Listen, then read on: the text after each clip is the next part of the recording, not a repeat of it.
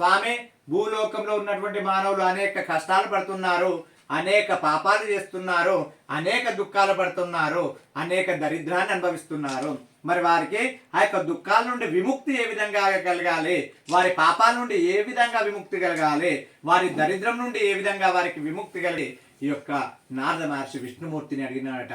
అప్పుడు విష్ణుమూర్తి చిన్నగా నవ్వినాడట చిరుహాసంగా. ఎందుకంటే నారద మహర్షి వ్యక్తిత్వం ఎలాంటిదయ్యా అంటే జగడం లేని కాడ జగడం పుట్టించేటివాడు కలహప్రియుడు నారద మహర్షి.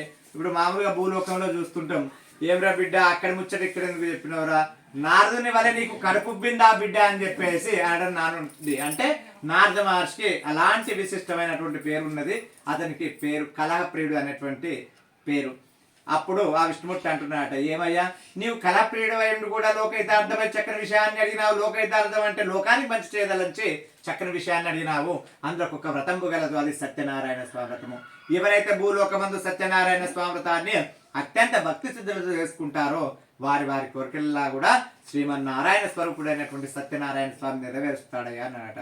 మరి స్వామి ఈ వ్రతాన్ని ఎప్పుడు చేయవలేను, ఏ విధంగా చేయవలేను, ఆ యొక్క వృత్తాంతాన్ని తెలపండి అని ఈ యొక్క నారద మహర్షి విష్ణుమూర్తిని అడుగుతున్నారట.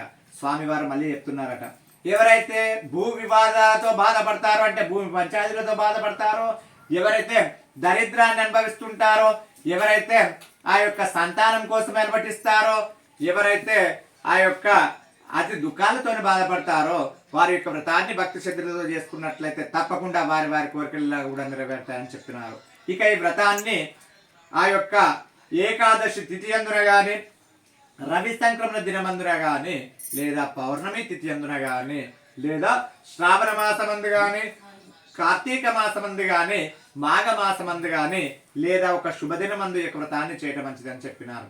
ఈ యొక్క వ్రతాన్ని 15 రోజులకు ఒక్క మారుగా అనగా పక్షానికి ఒక్క మారుగా నోముకునవచ్చును, లేదా నెలకు ఒక్క మారుగా నోముకునవచ్చును, లేదా ఆ యొక్క 3 మాసాలకు ఒక మారుగా నోముకునవచ్చును, లేదా 6 మాసాలకు ఒక మారుగా, లేదా సంవత్సరానికి ఒక మారుగా ఎవరి శక్తానుసారంగా వారు వ్రతాన్ని చేయదలిచిన వారు సూర్యోదయం పూర్వమైన నిద్రలేచి ఆ నెరవేర్చుకొని స్నానం నెరవేర్చుకొని ఇక ఆ యొక్క పూజా స్థలాన్ని గోమయంతో అనగా ఆవు పేడతో అలికి 5 రంగుల చూర్ణాలతో ముగ్గు పెట్టి దానిపైన సత్యనారాయణ స్వామి పీఠాన్ని ఉంచవలేను.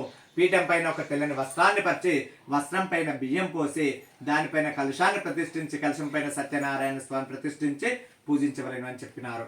మరి ఆ విగ్రహం ఏ విధంగా ఉండాలి? కర్షము బంగారము గాని, పావు కర్షము బంగారం గాని, అది లేనట్లయితే వెండితో చేసినటువంటి విగ్రహం గాని, అది కూడా లోహాలతో చేయించినటువంటి విగ్రహాన్ని ప్రతిష్ఠించి ఆ యొక్క కలశం ఏ విధంగా ఉండాలి అంటే వెండి కలశము గాని, ఇత్తడిది గాని, రాగిది గాని, అది కూడా లేనట్లయితే వాళ్ళు బీద వాళ్ళైతే మట్టితో చేసినటువంటి పాత్రను కూడా కలశంగా ప్రతిష్ఠించి పూజించవచ్చును అని చెప్పినారు. ముందుగా గణపతి పూజ చేయవలేను. తదనంతరం అధిదేవత ప్రత్యధి దేవత సహిత ఆదిత్యాది నవగ్రహ దేవతలను ప్రతిష్ఠించి, ఇంద్రాది అష్ట దిక్పాలకులను ప్రతిష్ఠించి, ఆ యొక్క పంచలోక పాలకులను ప్రతిష్ఠించి స్వామి వారికి పంచామృతములతో అభిషేకంబు గావించి మండపంబు గావించి పూజించవలేనని చెప్పినారు. ఇక స్వామి వారి యొక్క పూజను శ్రద్ధగా చేసి కథలు శ్రద్ధగా విని స్వామి వారికి ఇష్టంగా అరటి పండ్లు, ఆవు పాలు, గోధుమ నూక ఇవన్నీ కూడా శరుంభావు చొప్పున చేర్చి స్వామి వారికి నివేదన చేయవలేను అని చెప్పినారు. లోభత్వము చేయరాదు, యథాశక్తి అన్ని కూడా శ్రీమన్ మహాదేవునికి సమర్పించవలేను అని చెప్పినారు. ఇక ఈ యొక్క వ్రతాన్ని భూలోకంలో ఉన్నటువంటి 4 వర్ణముల వారు అంటే స్త్రీ పురుష భేదం లేకుండా 4 వర్ణముల వారు కూడా ఈ యొక్క వ్రతాన్ని ఆచరించవచ్చు అని చెప్పినారు.